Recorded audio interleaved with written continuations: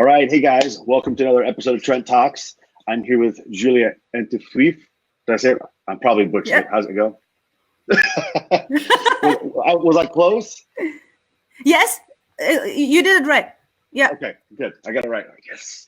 I'm not gonna lie. I actually have practiced that no less than like 150 times over the last 2 days. No way. I'm like, Julia Antufjew, I can do it. I'm like, I know I'm gonna butcher it, so I kept practicing and practicing. But yeah, it's great to have you here, Julia. For those that don't know Julia, she has been in the fashion business, actually in the fashion manufacturing part of the business and helping to build brands for what, 10, 12 years now, right? Yes, correct. So she's worked with over 200 brands and has seen a lot of flame outs and a lot of failures, but has also seen a lot of successes.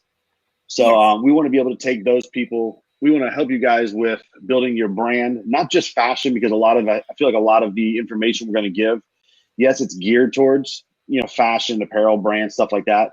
But a lot of it's going to be the same lesson that entrepreneurs in general are going to have to keep in mind when they're building their brands and building their business. Yes. So Julia, I'm super excited to have you here. Thank you for being on the show. It's awesome. Thank you so much for inviting me to your show, Trenton. I'm extremely excited. Yeah. Okay, and I've been waiting for the show the whole day because it's 12 a.m. now, right here. So I was like, oh, that's right. You're in China. Yes. And did you at least get one of these for this? Do you have one of these for the show? A little cup of coffee? No, I have some water. Okay, all right. No, I'm fine. I appreciate you coming on again because I forgot that it is 12 a.m. over in China right now. This is a common thing because we are working with the United States a lot, and my mastermind is in US as well. So we are, as a matter of fact, today we are having a mastermind meeting at 2 a.m. in the morning. So this is a common thing. Oh my gosh. Yeah.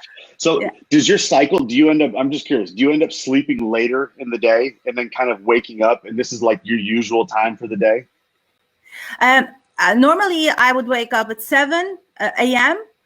And then probably go to sleep somewhere at 11, maybe 12. But if I have late sessions, then for the next day, it shifts a couple of hours. But it is not like I'm not sleeping in every day. Only the days when we have the sessions. I didn't know how that worked. Yeah, if your like usual day is like 11 and then you go to bed at like 4 in the morning or that kind of thing or what? Well, if I go, 4 in the morning, then I'll get up probably at 10. Whew. That's some wild hours. Okay. So I want to give people a little bit of backstory as to how you got into the fashion. Now I know it can be a very long backstory, so we'll just kind of skim over it. But I have one question. What is that behind you? I am in the storage unit of my boutique factory right now, and those are fabrics, like only one shelf of fabrics, which I have. It's really cool. I was trying to figure out. I'm like, that's so cool. What is that? Yeah, I thought this is a good backdrop because I'm a fashion manufacturer, I'm fashion inventor and fashion manufacturer. And where shall I be in my operating unit? I love it. Yeah. All right. So tell us, how did you kind of come about getting into fashion as an inventor and manufacturer? Is it something that you grew up wanting to do? Is it something you stumbled into? I kind of grow up with fashion. As for I'm a German minority born in Russia, and as a child, like every girl born in Russia will tell you the very same story. We were born into the time where you cannot get any clothes in the store, so everybody would wear the same thing, and we were making our own stuff, and I simply loved it. But this was just like a normal hobby everybody would have, because if you want to have some clothes, you would make them yourself. So this was my fashion background. We have family who are professionals in fashion as well, but it was not my ambition. Like my parents, they told me you have to be a lawyer. Okay? You have to be a lawyer. And I was thinking, well, I want to be an actress. And my father said no, and my mother said no. You have to be like, you have to learn all the foreign languages, and you will be an interpreter. And I said, okay, yeah, I have to learn all the languages. And then this was the education where I went to. The question would be, how many languages do you speak? I speak 5 languages, and the 6th language is dormant right now. So wow. I would say 6. If somebody pressures me. Sorry? I have English. And I struggle with one. So what am I gonna do? Okay. This is fine. Like really, language is a Sorry, go tool. ahead though. Yeah. Sorry. So go ahead. So they were telling you to be an interpreter. Exactly. So this is kind of this short and funny part of the story. Everybody has this kind of story, and we like in Russia, you go to university very early, so you kind of go in the first grade of the university, right? You are 16. Okay. So by the age of 21, yeah, you are already done. So and I went and learned my languages, and then we repatriated, moved back to Germany with the whole family, and then I basically have like, I thought, well, you know what? I can speak all the languages, but I don't want to be an interpreter, because an interpreter really runs behind some guys and talks stuff she doesn't want to tell. She wants to give her own advice, but she's not allowed to. So you're kind of a shadow of someone. Long story short, I went and got very good education in economics. Okay. I was studying economics in the Netherlands, in Groningen. I finished my master's in marketing and information management, and once done, I've got an analytic job at a large corporate, and I was great at it. I can analyze numbers, and I can tell you exactly what will happen next by looking at the numbers, and I can kind of set up the whole story for a business development based on numbers and informations and stuff. And I've heard with like half an ear that our company is going to invest huge amount of money into China, and they want to send to China 30 young colleagues. And I was thinking, oh my God, I have to go. Why do you have to go? Why do you have to go? I'm asking myself, because I want to have a factory there. I want to make my own clothing there. What? Yes. That's cool. So it's just kind of like, you're like, I just want to do it. It wasn't something you had like this long-term plan. You heard about it. You're like, I think I want to have a factory in China, and you just decided to do it. Exactly. It started like this creative part. Once I've got my job, and I love my job very much. So, but I've started creating all this stuff. It started coming out, and I thought, well, okay, I'm doing all this trousers and jackets whatsoever, so I better move to China, so I really can source and produce professionally. And then I went to China. I've stayed in my at my company for another 2 years. I finished a large project, a very interesting one. I had the best employer in the world, and I had a huge paycheck. This was so cool because we were so young in Shanghai with this huge amount of money. So, but like every day there was this thing coming to me and saying, get up and quit and go. Get up and quit and go and start your own and I was so afraid. You really had that pull to entrepreneurship. Yes, that pull to want to do your own thing. That's cool. It was like pulling me out. And one day I just went to my boss and I said, you know what, I'm freaking out here and I don't know what to do, but I want to do my own fashion line and stuff. And he said, well, I've been to your last fashion show, and you are extremely talented in it, and this would be the right decision. And I asked him back then, say, would it work like, or shall I kind of stay in a part-time job here and then do my own label part-time? And he said, no, whatever you do part-time, you don't do. So you have to quit and you have to concentrate. Yeah. So I quit. It was hysterically scary, completely, like really very much. I was so afraid. I was afraid for 1.5 years, I remember, to end up penniless. And then I was doing all those exercises to get rid of fear. And one day the fear was gone. Like it was not like over a long period of time. No, yesterday I was afraid. Today I wasn't. I was like, what? Oh, this is how it goes. This is how change goes. What change? It does not. It happens like that.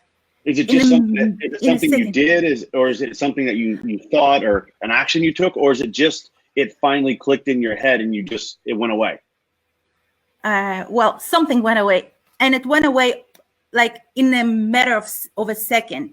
What I was doing, I was imagining a huge bag full of sand every night before going to sleep, and I would cut a hole into the sand, and the sand will represent my fear, and I would watch the sand flowing out of the bag and taken by a strong northern wind and brought away to the places which are not to be found. And one day the bag was empty, and I folded it and put it under my pillow, so to speak. Yeah. And the next day I woke up and there was no fear. Oh, that's awesome. So this is how I got into fashion, and just 10 years ago. Wow. Okay. Yeah. So obviously you've worked with a ton of brands. Yeah. You've worked with, I know you've worked with some very large brands, and you've worked with a lot of startups as well. So yeah, we have been working with the startups. This is what the factory which we've set up and which we were running for 7 years was a factory oriented to work with new fashion designers, like really new from scratch. And we wanted to help them to establish their brands from scratch. We were not working with those who were established already. We were working with startups really only. Awesome. So what have you seen? And now I know this is one of the biggest things we wanted to get into. You've seen kind of 4 like repeating patterns in business you were talking about. And from our dialogue we've had before, and when kind of some information I've read that you've written before, like these patterns, it's not just, this is what we talked about in the beginning, it's not just applicable to the fashion industry. It's the same kind of patterns that you see throughout entrepreneurs across various business industries. So I want to go into what are the 4 patterns that you see? Well, actually, when we've started working with the new fashion designers, and 1 year into us working together, we have figured out 3 patterns. We didn't know anything about the pattern number 4 until the time of crisis. As for crisis, changes the world, and the world shows you her real face. And this face doesn't have to be ugly. It's actually very beautiful. And once you see this face, you say, oh, and then you are prepared for success. So first we saw 3 different types of entrepreneurs we were working with. And it was cool because 1 year passed, and like the first group, they were like, we've given them nicknames. So the first group, we call them early flames. Those were like guys and girls. They would come and say, oh, I want to have my own fashion brand. Please manufacture for me. Oh, I don't know. No, please manufacture for me. Okay. 3 months later, evaporated into thin air, not there. So basically they would say, oh, I didn't know it is so much work. So they really didn't anticipate that this is really work. Like, I would like hard work, whatever. If you love what you do, it's not really hard. It's just a lot of work. Right. And they would say, no, it's too much work. So 95% of companies were like that, or of startups. Really? So they would close down. Like the longest they could do it was 1 year. And then they would close down, because they would say, you know what? I think there is a better opportunity. I better go and do, I don't know what, sell doors. So what? Wow, you were doing your own fashion brand, now you're going to sell doors? What's the deal? So, but that's crazy. I wouldn't have thought the number. I didn't realize the number would be that high. That many people would just kind of say, all right, you know what? I just can't do it. It's too much work. I'm going to give up and move on. This is amazing. I've also never thought about it until I've done my numbers. Because when you're working and you are inside of it, like you don't pay attention to what percentages are those, but really it is very, like a lot of people. And after the first year, we've learned how to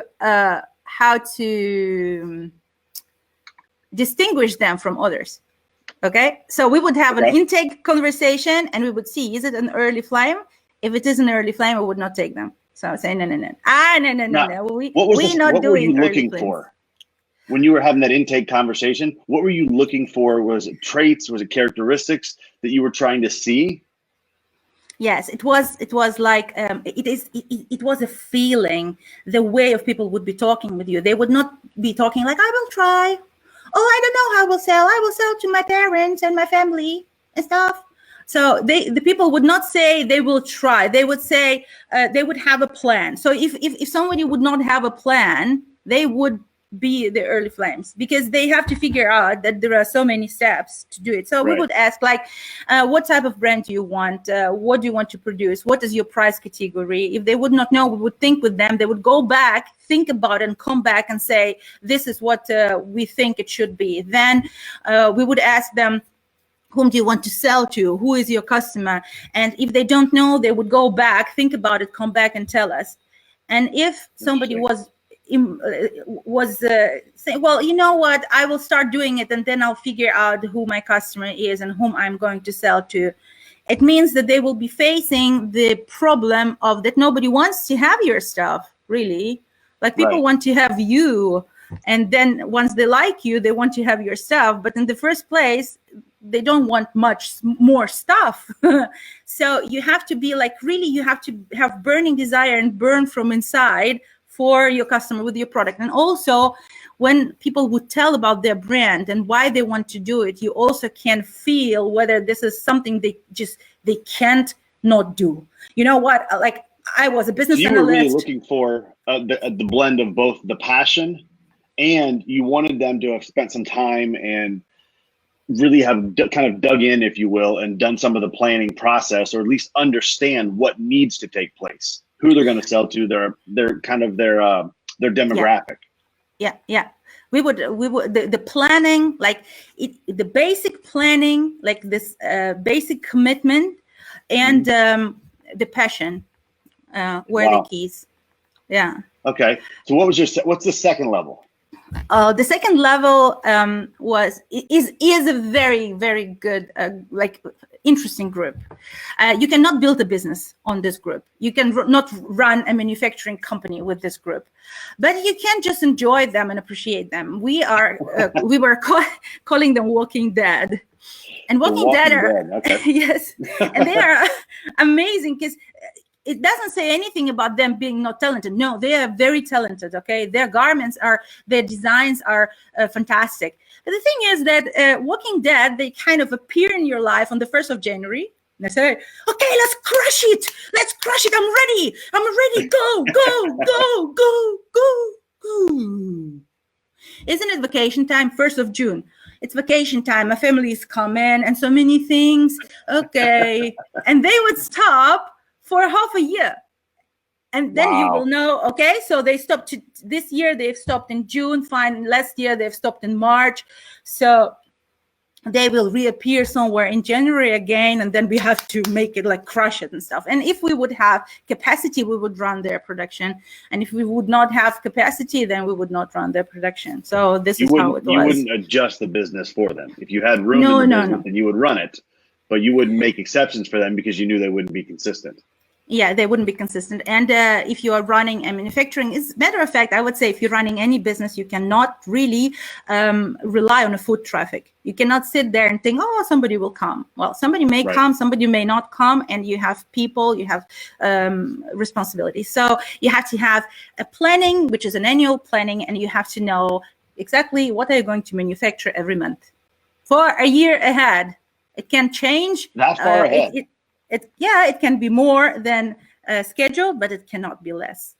So this is why it is impossible to run business on The Walking Dead. You don't know when they'll die this year, you know? It may be March. No, that's funny. All right.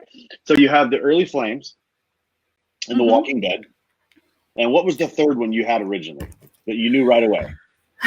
The third one was the one which we were, like, really fond of, and this was the group we were focusing on, and we were putting all our passion, all our strength and money into.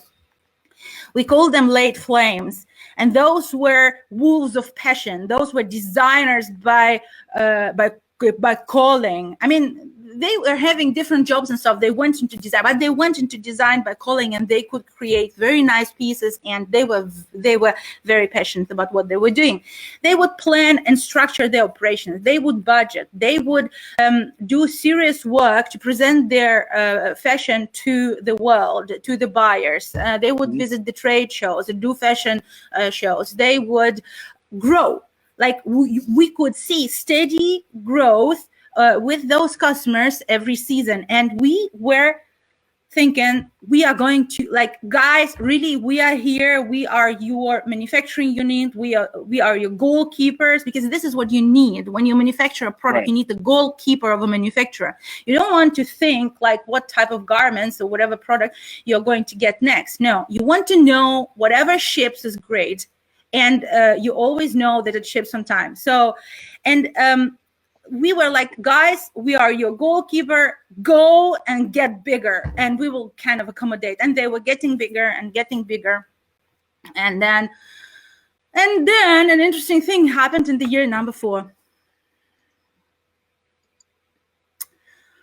So it kind of started in the year number 4, and I think in the year number 5, it escalated completely. But anyway, what happened was that in the very short of time, period of time, our late flames started to shutting down one after another.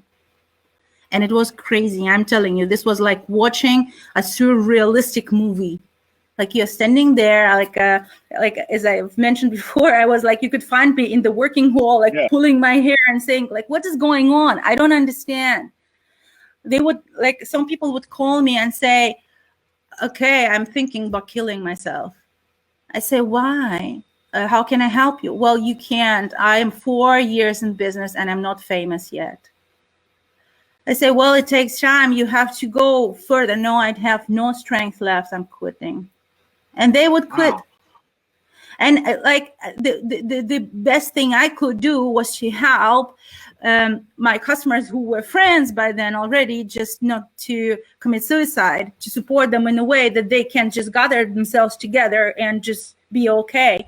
Not many people did that, but we had that. This is crazy. Now I'm curious, the people you're talking about like that, even the ones who were falling into depression, that kind of thing, were the businesses successful? The businesses were successful, but they were not. They would not get be the notoriety and the fame that they wanted yet. They didn't know, not the fame, and they would not get the revenues, which you aspire as. Like we had different size of customers, but they would barely exceed 500K a year. But it seems like if that's the case, if they're doing, I would think if the business is successful, it seems like it's more of an issue of not being able to have proper perspective and understand that, sometimes this stuff takes time. You could go through and look at a lot of the designers. I can't, and I don't know the fashion industry that well, admittedly, but I can't imagine that a lot of the top designers were big hits in their first 4 or 5 years, and they just like totally blew up. I imagine a lot of them, it took them 10, 15 years to get to the point to where they are, and they have that name and the reputation. Yeah, that's true. You have to, like, back then we didn't understand the thing because this was year number 4. We were in this business and we were learning as we were going, right? Wow. But now, from the standpoint where we are, I know that your first business, you kind of like fuck it up. Sorry for my French. And and the second one you probably do as well. And the third one has a great chance to succeed, but then you have to do it for a certain amount of time. And altogether, the cumulative experience of ours gives us the perspective and the understanding of how long do we have to, how would you say that, to focus on one particular business to make it work. Yeah. Like you have to How long work do you on have it. to focus and stay through the process of growing that business? Yeah. And I think you hit a perfect word there that's huge. And I think this is specifically goes for a lot of different businesses, especially nowadays. In this economy and this, the way the business is done now, everybody is, if I'm not super famous and super wealthy in 18 months or a year and a half or a year or 2 years or whatever, well, then I quit, I give up. And I think there's this super now, especially now, there's a super short-term mentality that doesn't have a proper perspective and understanding that it is a process. It truly is a process for any business. Yeah, I truly agree with you. And I'm not quite sure whether this is only now. Probably, well, at this point in time, like if we look back, it may be as well that we had more entrepreneurship, right? Because now everything is like large companies and corporates and stuff. And before, everybody was a small company. Like in China here, if you walk around, every family is a company. Say, I would right now I have my team, and my team Toyota is working for us and does not think about anything else. But before, we were running a unit which was much larger than we have now. And did way much less money than we do now. So, but people would do like that. You know what? I want to work for you, and I would be on the on the pressing station. Yeah, okay. So pressing say, okay, I'll do it for a season, and then I go and open a shop. And they will go and open a shop. If you have an argument with a worker, right? They will say, oh, I don't want to work for you. You're not nice. Go and open a shop. So people are very entrepreneurial here. They're not scared about going and opening a store or starting some decoration business. And they're always switching the industries, and they're not afraid of it because they've seen their parents doing it. Right. Look, I'm not sure whether they've seen their parents doing it, but because we are facing different times before, but they've seen since China was opened to the world in those years, there has been huge growth of entrepreneurship. So everybody is an entrepreneur here now. And in Europe, for example, this is what I know, is that most people are not entrepreneurs, and they've lost this thing. So they don't know. Yeah. There is nobody there telling you, son or daughter, it takes so much time.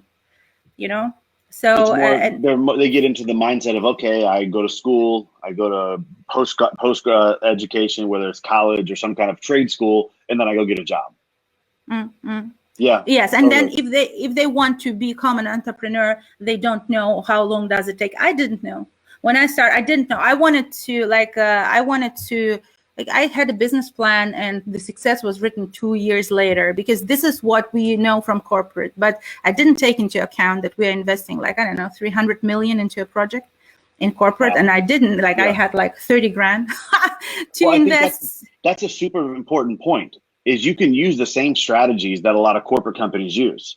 And people are like, well, I'm using this strategy. Why isn't it working for me? Well, you don't have 100, 200, 300 million dollars to put behind it in advertising to speed the process up. Because you and I both know there's one of two things that push success forward. You have time and you have money. If you have more money, you can use less time. But if you don't have the same amount of money, it takes longer, and you have to invest more time to get to where you want to be. And I think that's, at least from my experience here in the States, that's what I see a lot of. People are like, man, it's been a year. I'm not super successful. I haven't made $1 million. So I give up. I'm going away. This is stupid. I blame all those people who told me it was a good idea to be an entrepreneur. It's all their fault. Well, no, you just didn't push through the part that you have to get through to have your success. Yeah. I mean, we've all had our failures. I started out early on in when I was doing these series, and I told people I started a marketing agency in 2008. Yes. And I think it was 2009. I remember specifically, I was drinking for dinner chicken broth. That was my dinner and my lunch, and my dinner and lunch for 2 days. And my daughters were eating spaghetti. Yeah. Because I didn't have the money. Yeah. And I could have easily said, oh, you know what? I'm done. You know what? This whole entrepreneurship dream is stupid. But I'm not. Here I am, 9 years later. No, almost 11 years later, actually. And I have a business that I enjoy. I get to do stuff like this with you. I enjoy working with my clients, and it's fun, but it took 10, 11 years to get there. It wasn't an overnight thing. That's the point. Yes. You are absolutely right.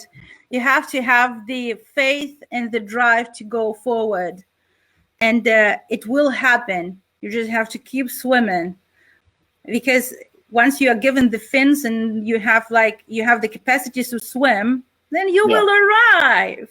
That's the thing. You will eventually get there if you push through. Yeah. And I think that's what people miss. You will get there. It's just how you have to be consistent. Okay. Yeah. So we have early flames, Walking Dead, late flames. Now, And what's the fourth? What's the fourth group now? So when the whole crisis started, and we were all in panic, and like we were in panic, we obviously had to close. Okay, so it like huge amount of business was gone in a very short period of time. So this is when the group number 4 emerged. And this is a very interesting thing to know. And for me, I understand that this is a very important thing to know. And I would love to know it 10 years ago. This group number 4, we didn't know it because it never complained. They've always given us orders monthly. We would do their garments. Our people would be great at doing their garments. My people could handle their orders without me being involved. We were shipping high quality garments every month, and there were some issues to be solved, but not monthly and not weekly. Couple times, like 2 times a year, maybe we had to adjust something, and that's it. And they this just is why under the radar. Exactly. But because they were like the best customers you want to have, those which kind of, they give you orders and you do the orders and the quality is nice and there is no complaints and nothing. You don't have to run around as a chicken without a head. And so, and we were like, obviously we had, well, those people, they were like, when I say most of our customers closed down, the keyword is most. So not all. And this is where the group number 4 emerged, and we call them those who made it. Okay. And when I'm saying made it, it's not like something famous shit now. It means that these people, those men and women, they've managed to set up a company which would have a comfortable 6-figure revenue, annual revenue, which would pay to their owner, and designer would be most of the time the owner, a nice salary every month. The owner would be working in the company, but at the same time, they would have a social life, get married, give birth to children, buy houses, and do all this nice stuff, which you do when you have a life beside your job. They could still enjoy their life, and they could still have a life outside of work. Yes. If they can choose. Yeah. And we had the question then, like this was a very important question for us then. What is the difference? What is the difference between those who made it and our late flames? What is the difference between them? And we stepped back with my team and we started analyzing it. And we figured out that there are 3 key success factors, 3 key differences between those groups, which we called the genetic code of survival in fashion business, but in fact, it is a genetic code of survival in any business. So let's go into those. The title of the G code. Yeah. Okay. So you have those that made it, and you were able to come up with these 3 pieces of your G code as to how they made it. Exactly. So do you want to hear them? Absolutely. I'm dying to hear. So what were the 3 things that they all had in common that they shared? Okay. So thing number 1, focus. I don't know whether you are getting all the chills and stuff, but I always get chills when somebody tells me focus. Those who didn't make it, they would be developed anything between 48 to 240 new products a year. 240 new products a year. This is something a fashion industry is demanding from you. Okay. So to give you an example, like something like, or to our audience, to give an example to understand what it means. Say, imagine that you are having a course and you are teaching people how to invent your own core fashion product, right? Like I do. So, and then imagine that you have to develop 48 courses like this in 1 year. Or even... That's terrifying. I'm not gonna lie, that's terrifying. I'm afraid to say, how about 240? Oh my gosh. Even if you're having like little tiny courses, like 240 courses. That's insane. It's totally insane. I can't imagine doing 240 courses. I couldn't imagine doing 48 different courses. No, it is already challenging to do one, and not per year, but one in total, you know? To do one very successfully, yes. Exactly.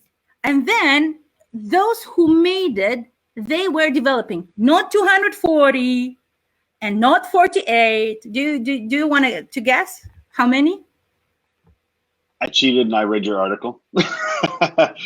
It was one, wasn't it? One. Only one product, and not per year, but totally.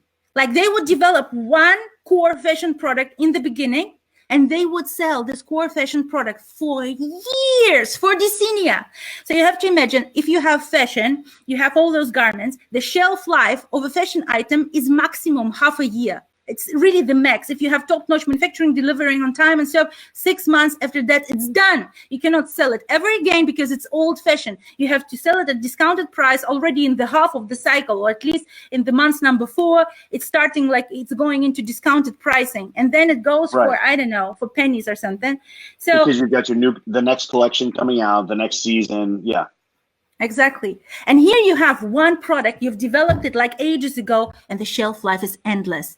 Endless until somebody, maybe it's you, develops a totally new approach to solve this particular problem. This is like, for me, it was like an eye-opener. I was sitting there making, I don't know how many styles we've done. I think we've done all together about 200,000 units of garments, if not 300,000, or maybe we've done 400,000 units of garments. And I was thinking like, Jesus Christ, why wouldn't we just like know this? Like, but you can't. You cannot know it because we get It's really interesting because that kind of flies exactly in the face. And granted, I'm not in fashion, but it flies in the face of what you would think. Because you would think, like your typical fashion designers, they have their fashion shows every year. And here's our fall collection. Here's our spring collection. Here's the winter collection, the summer collection. And it's almost like the fashion industry pushes you that direction because that's just what people do. So what you're saying is people do that. But the ones that are highly successful, the startup companies that are highly successful, is that they make one product. Exactly. So if you are, if you really have an aspiration to run a line and to run in the fashion, to do 240 units a year, then you have to have large investment. You have to have very good source of money, because you need to put yourself on a very high position from very beginning. You cannot wait for 5 years, and get there organically. No, you can't. Because, you have to have the money to get yourself into the big shows and stuff like that if you're going to do big collections. It's the same thing we talked about large corporations having $330 million to throw at advertising and everything else, and that's why they can have these massive catalogs and massive product lines. Yes, and the thing is that once you're going in, you cannot go and save on stuff. You can if you go into the fashion shows, you invest. This is it's expensive. So you go into those shows. After that, you cannot say, okay, I've been to the show, so I don't do any other type of advertising. No, you have to be omnipresent everywhere. But this is a totally different story. And I would say, if somebody aspires to have a fashion brand, really, the first thing for them would be to invent their core fashion products and to run 7 figures with this product. Once they have revenue, 7 figures revenue from this one core fashion product, they can invest this money which they've earned into their toy, and their toy may be this collection, which is if they want to get famous and stuff, or if they want to be appreciated. Totally makes sense.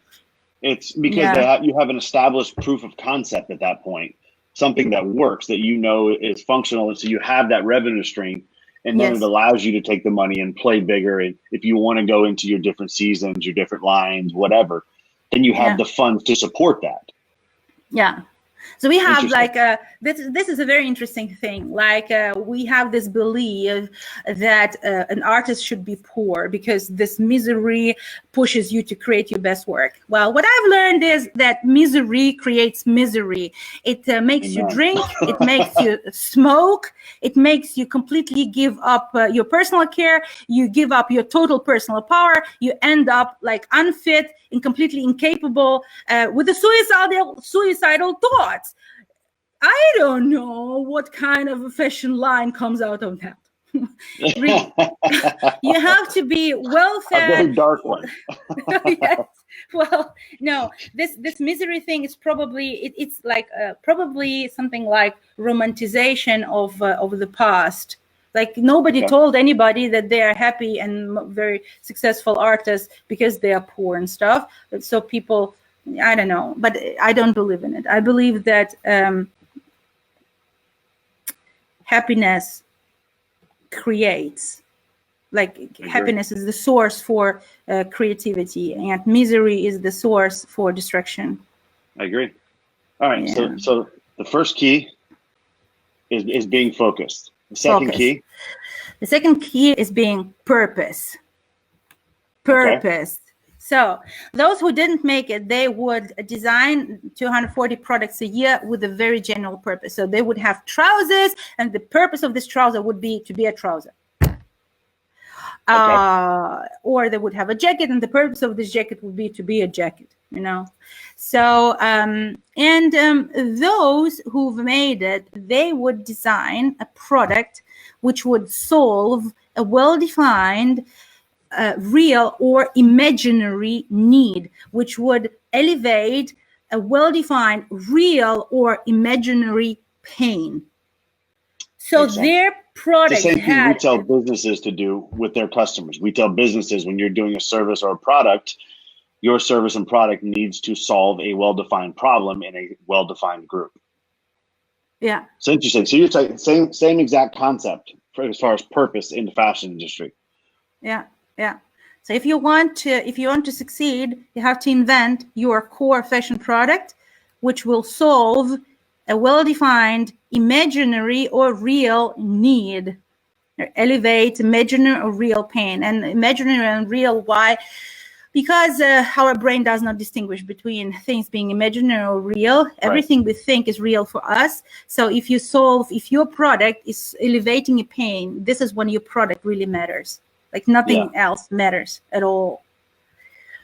And like, to give you an example, what kind of products would that be? Say, for example, I don't know what's going on with the pants industry. Like jeans, say, for example, for women, the pants industry is crazy, really. If you go and shop for jeans in no matter what country, so either your hip size is fitting well, so your hips are fitting well, but your waist is gaping. Like you can put on like, I don't know what, let me see, watermelon inside. 2 or 3 fingers inside. No, not 2 or 3 fingers. You can really look down.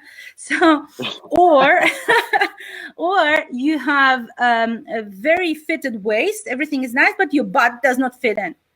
So you end up buying a pair of pants which has this huge waist, because you cannot fit in another one. It does not fit. Your butt doesn't fit inside. You try to use a belt and tighten the belt up real tight. Exactly. So a belt which solved this problem, like a belt which would be seamless inside of your trousers, which you could like use, and you could wash your trousers together with this belt. It solves a real problem. This is a fashion product, a core fashion product. It will last for decennia.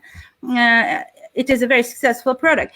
Another example would be the ties which we have developed. So we have a pair of perfect ties. This is a wearable energizer which turns any fitness routine into success. So basically, like I face it myself at the moment, like female entrepreneurs, they find themselves often lacking self-care. So they're working so much and they have so many responsibilities that at the end of the day, they've given up all their personal power and they find themselves unfit with a constant monologue in their head, which is very negative, like this monologue of negative thoughts. And the easiest way to get rid of these thoughts and to get fit back again is to start exercising. The problem with exercising is that, like, if you don't have any energy, you can't start exercising. Right. By the time you get around to exercising, you're out of energy. You're like, I'm tired, I'm exhausted, I'm just done. Yeah. So I faced this problem back then, and I've developed the tights. You put on the tights, you have the energy, you start exercising. 30 days later, you're a completely different person. You want to exercise without the ties. You don't care. And the thing with exercising, this is a very nice thing. I love exercising. This is amazing.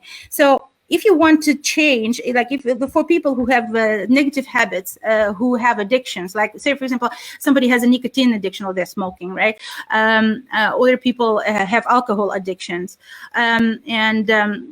If you are having processed food addictions, so with all those addictions, you start exercising every day, you jump rope for 30 minutes, and you are completely rewiring your reward system. So instead of getting your reward from all those things, like say, first what happens is that your cravings for processed food subside because you get all the endorphins from the sports. You don't need the processed foods. So slowly, like 30 days later, you don't eat the junk anymore. Once you stop eating junk, you get more personal power back. Once you have more personal power back, then you can start skipping, like quitting smoking, and then it really works. And once you quit smoking, then you can start quitting drinking. And this goes with the exercise, because this is the shortest way, the most efficient way to rewire your reward system, to get your happy endorphins from the sports. And like we were thinking, like, look, so many women want to do sports, no energy. Here's the pair of perfect ties, put them on, you can start exercising, and you are different. I've changed tremendously. So this is a product. And the need, like lack of energy and being lethargic, you cannot do anything, and being not fit is a real problem. Which this does lead us, if I'm remembering correctly, into key number 3, which is self-care, correct? Yes. So, wonderful segue. Yes. And so when you look at that as the third key for self-care, when you say self-care, what did you mean? Were you saying that a lot of these people who have made it, they were taking it as an issue of just taking and being intentional, taking time and making sure you take care of yourself? Is it just a thought process? What did you see? What do you mean by that third step of self-care? I've seen 2 different types of behavior, and I'm not sure whether this behavior was conscious, so people chosen to do this, but nevertheless it was present. So people who didn't make it, they were constantly bragging about them being workaholics. They would suffocate themselves in work. They would do nothing but work all the time. They would have poor diet. They would not pay attention to their diet whatsoever. Some of them would have bad habits, like addiction stuff. Others, like they would not exercise. They would be very much prone to depression, and they would be very moody. So their decisions would be driven by emotions a lot. And how they feel that given day. Exactly. And they would normally almost never feel good. Interesting. Because that puts you in a bad place to be making decisions.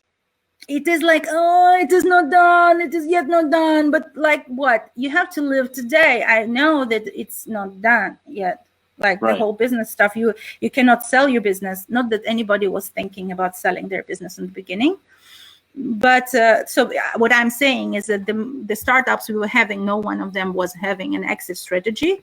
But like they would be in this kind of a negative emotional cycle, having probably like when they will do a new show and stuff, they would be very happy about it, but then it goes again. And those who made it, they were putting themselves, their wellness first. So they would take care of themselves. And you could see it like, you know, those people were having social life. They would have friends. The first one wouldn't have friends. They would not have any friends. So they would have customers.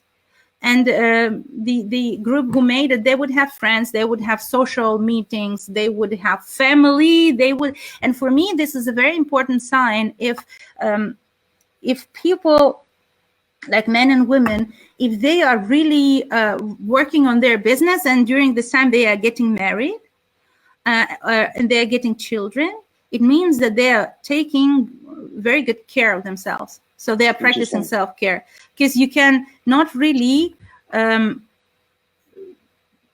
do this stuff kind of on complete autopilot. I agree totally. Yeah. So the self-care, it's more than just the physical, like, oh, I need to work out, I need to stay in shape. It really is, it's emotional and a mental self-care as well. Giving yourself time to mentally recover, giving yourself time to emotionally connect with other, whether it be like-minded people or go out and have some fun, to be able to just be a full person, if you will. Yes. I believe that emotional component is the most important one. And this is like, for me, if I look at myself, how I've been, like, is when we had to clean up the whole mess back then, I was like this workaholic too, and zero self-care. So, and I had to completely change it. So I believe that the key of lack of self-care is all those emotions which we have, which rule our life.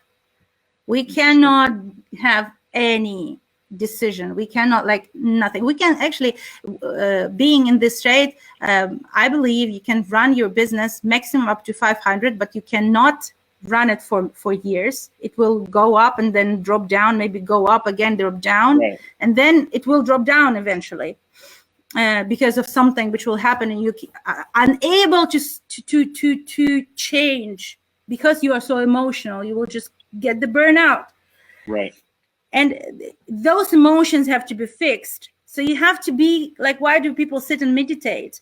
Because this helps them to get rid of this noise, those things running through their head. They completely getting like once you get rid of all those emotions, then actually you find out that you're a very happy person.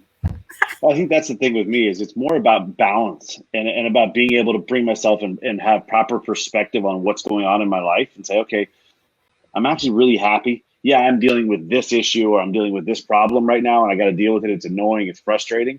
But when I stop and I put that problem in perspective, then I'm actually really grateful. And I'm like, my life's pretty good. I'm very happy with where I am. I like what I'm doing.